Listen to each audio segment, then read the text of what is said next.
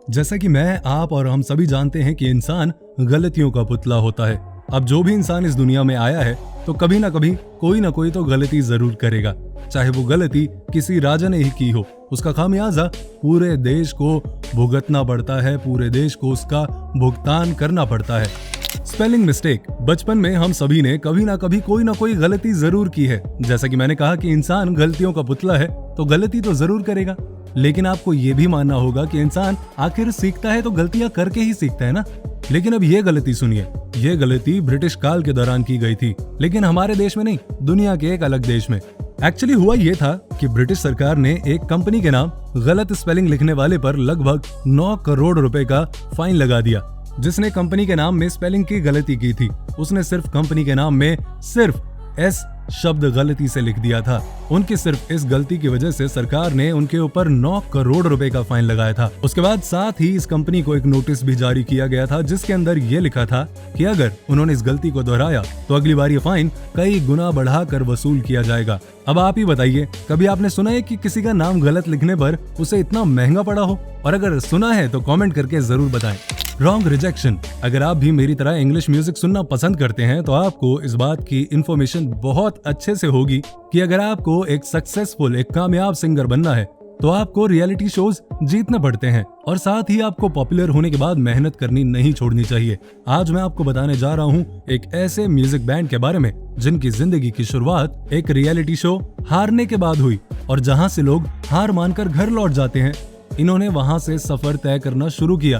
दरअसल ये बात है 1962 की, जहां एक कंपनी जिसका नाम रिकॉर्ड लेबल डेका था, उस कंपनी ने 2 बैंड ग्रुप का सिलेक्शन किया और फिर दोनों चुने हुए बैंड ग्रुप में उन्होंने लंदन में प्रतियोगिता करवाई, और इसमें से एक बैंड को चुन लिया गया, और जिसको नहीं चुना गया था वो बाद में जाकर मशहूर बीटल्स बैंड ग्रुप बना।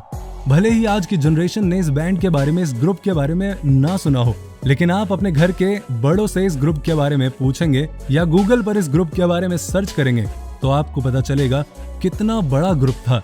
Like king. इस गलती की कीमत करीब $50 मिलियन यानी कि करीब 300 करोड़ इंडियन रुपए मानी जाती है। और अब आप ये सोच रहे होंगे कि ये गलती किस तरह अनुमानित की जा सकती है, तो मैं आपको बता दूं कि जब भी कोई नया बैंड किसी कंपनी को ज्वाइन करता है तो ज्यादातर कंपनीज उनसे एक कॉन्ट्रैक्ट साइन कराती हैं, जिसमें वो उनसे उनकी अगली 5 साल या 10 साल की कमाई का 30 से 40% मांग लेती हैं। और जब वो बैंड फेमस होता है तो उनकी कमाई का एक अहम भाग कंपनीज रख लेती हैं। लेकिन कुछ भी कहा जाए, रिकॉर्ड लेबल डेका ने ये गलती की गलत बैंड को चुनकर, और वैसे देखा जाए तो ये किस्मत की बात होती है। अब है ट्रेन मिस्टेक। जैसा कि आप जानते हैं कि रेलवे का हमारी लाइफ में कितना अहम हिस्सा है, और अगर आप मुंबई जैसे महानगर में रहते हैं तो आपके लिए रेलगाड़ी तो मतलब वरदान है, क्योंकि यही एकमात्र साधन होती है मुंबई में। क्यों? क्योंकि टैक्सी बहुत महंगी मिलती है यार। लेकिन आज मैं एक गलती के बारे में आपको बताने जा रहा हूँ जो रेल से जुड़ी हुई है। फ्रेंच रेल SNCF ने $15 अरब यानी कि 774 करोड़ रुपए की नई रेलगाड़ियां खरीदी थी, लेकिन इन रेलगाड़ियों की चौड़ाई ज्यादा थी, और अब इस समस्या को, इस प्रॉब्लम को सुलझाने के लिए उनको 350 करोड़ रुपए अलग से देने पड़े यार। अब ये तो वही बात हुई ना कि आपने गाड़ी बहुत बड़ी खरीद ली, लेकिन गैराज आपका छोटा निकला, इसलिए आपको नया घर ढूंढना पड़ रहा है या नया गैराज। तो अब आपकी जेब की दोनों तरह से कट चुकी है। इस गलती की कीमत करीब 1000 करोड़ की पड़ी, जो एक आम इंसान के लिए आसमान जितनी है। लेकिन मैं आपको एक बात बताऊं कि किसी भी सरकार के लिए ये कीमत कुछ ज्यादा बड़ी नहीं होती। बस सवाल ये उठता है कि फ्रेंच लोगों ने इतनी बड़ी गलती कैसे कर दी। फिर याद आया, इंसान तो इंसान है, चाहे जिस भी मुल्क का हो, इंसान से गलती होती है और इंसान गलती करके ही सीखता है। अब वो चाहे 100 रुपए की गलती हो या 1000 करोड़ रुपए की गलती हो। Fire employees. जैसा कि आप सभी जानते हैं कि किसी भी बॉस को ये बात बिल्कुल भी गवारा नहीं होती कि उसके यहाँ काम करने वाला इंसान उससे ज्यादा अक्लमंद हो, या वहाँ के लोग बॉस को छोड़ के और लोगों की या और किसी इंसान की ज्यादा तारीफ, ज्यादा इज्जत करने लगे। और वैसे भी पब्लिक सेक्टर की जॉब में किसी भी मालिक को अपने नौकर या अपने एम्प्लॉय को जॉब से निकालना काफी बड़ी बात नहीं है। आए दिन जब भी कोई कंपनी घाटे में जाती है तो सबसे पहले वो अपने यहाँ के काम करने वाले एम्प्लॉयज को फ्री कर देते हैं, मतलब काम से निकाल देते हैं। लेकिन आपने ये न्यूज कभी नहीं सुनी होगी कि किसी कंपनी को प्रॉफिट ज्यादा हुआ तो उसने अपने एम्प्लॉयज के साथ प्रॉफिट शेयर किया। लेकिन आज मैं आपको ऐसे एम्प्लॉयज के बारे में बताने वाला हूं जिन्हें कंपनी से निकालना कंपनी को काफी भारी पड़ गया। फेसबुक ने 2009 में ब्रायन एक्टन और जैन कॉम को इंटरव्यू में नहीं चुनने की गलती की। उसके बाद इन दोनों ने खुद का बिजनेस स्टार्ट किया और सॉफ्टवेयर के ऊपर काम करना शुरू कर दिया। उसके बाद में इन दोनों ने व्हाट्सएप का निर्माण किया था, जो आज दुनिया के लगभग हर फोन में आपको मिलेगा, जैसे कि आपके फोन में भी, मेरे फोन में भी। आज व्हाट्सएप एक बहुत बड़ी कंपनी बन चुकी है, जिसे हाल ही में फेसबुक ने 980 करोड़ रुपए में खरीदा था। तो ये गलती करीब 1000 करोड़ की किसको पड़ी? फेसबुक को। अगर इन दोनों को पहले रख लिया होता तो ये 1000 करोड़ देने की जरूरत ही नहीं पड़ती। तो भाई साहब, अगर आपको भी कभी किसी को रिजेक्ट करना हो तो उससे पहले 1, 2, 3 बार तो जरूर सोच लेना यार। मेक समवन एंग्री, ये किस्सा जानने के लिए हमें करीब 700 साल पीछे की ओर जाना पड़ेगा, जब 13वीं सदी में मंगोल साम्राज्य के शासक चंगेज खान ने अपनी पड़ोसी ख्वारेज़मीद साम्राज्य से राजनयिक और व्यापार लिंक खोलने की मांग की। लेकिन ख्वारेज़मीद के शासक ने चंगेज खान के प्रस्ताव को अस्वीकार कर दिया और चंगेज खान के 2 राजनयिक जो प्रस्ताव लेकर आए थे उनका गला काट कर मार डाला। इस बात से चंगेज खान इतना क्रोधित हुआ कि उसने अपने साम्राज्य के 2 लाख योद्धाओं को भेजकर ख्वारेज़मीद साम्राज्य को तबाह कर दिया। अब मैंने वीडियो के स्टार्टिंग में बताया था कि राजा की गलती से पूरे साम्राज्य को उस गलती का नुकसान भुगतना पड़ता है, तो बस यहाँ वही हुआ। और साथ ही हमें हमेशा ये याद रखना चाहिए कि जंग, लड़ाई या फिर गुस्सा करना किसी भी समस्या का समाधान हल नहीं होता।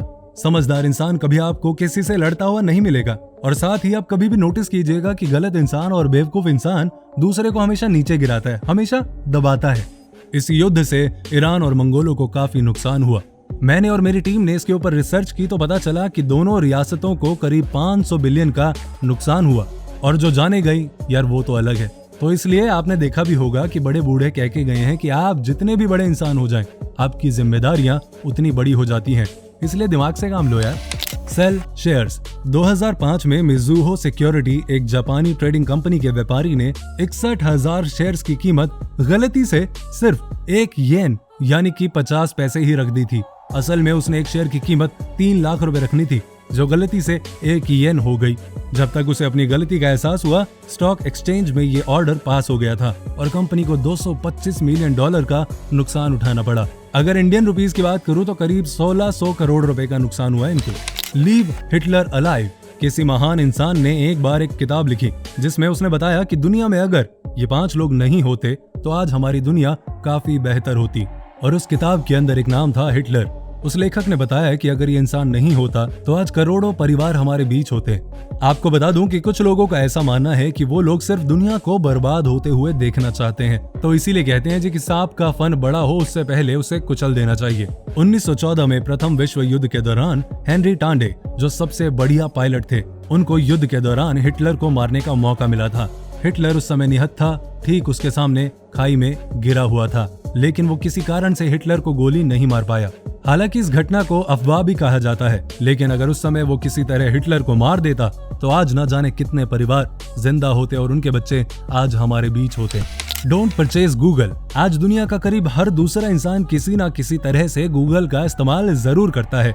कई लोगों की रोजी रोटी ही गूगल से चलती है। आज गूगल इतनी बड़ी कंपनी है कि इनकी दुनिया में हर कोने में बेसिकली हर जगह इनके एम्प्लॉयज हैं। आज गूगल के बारे में कुछ ऐसा बताने जा रहा हूँ जिसे सुनकर आप हैरान हो जाएंगे।